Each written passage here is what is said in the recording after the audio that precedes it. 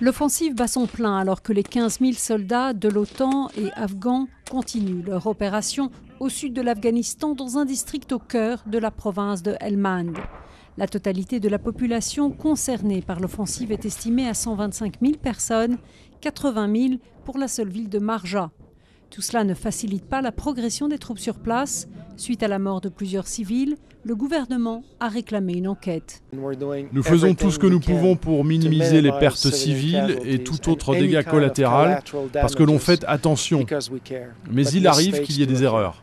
L'opération Mushtarak, qui signifie « ensemble » en langue dari, est la plus vaste opération coordonnée contre les talibans depuis l'invasion américaine de 2001.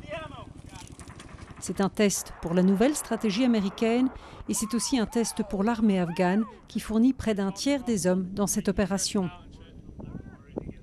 À Kaboul, certains politiciens se déclarent pourtant favorables à une solution négociée avec les talibans plutôt qu'à une solution militaire. Les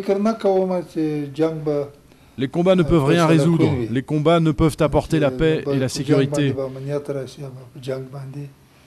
Ils ne viendront pas à bout des forces antigouvernementales.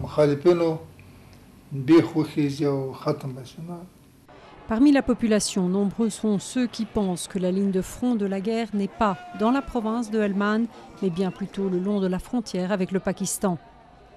La stabilité peut être renforcée si le gouvernement s'assure que les insurgés ne passent pas notre frontière. Le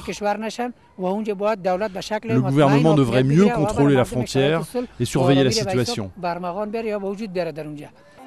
En dépit des inquiétudes sur place, c'est un optimisme prudent qui prévaut du côté américain, même si, selon le général américain Petrus, il est déjà clair que l'offensive à Marja n'est que le début d'une campagne globale qui va durer entre 12 et 18 mois.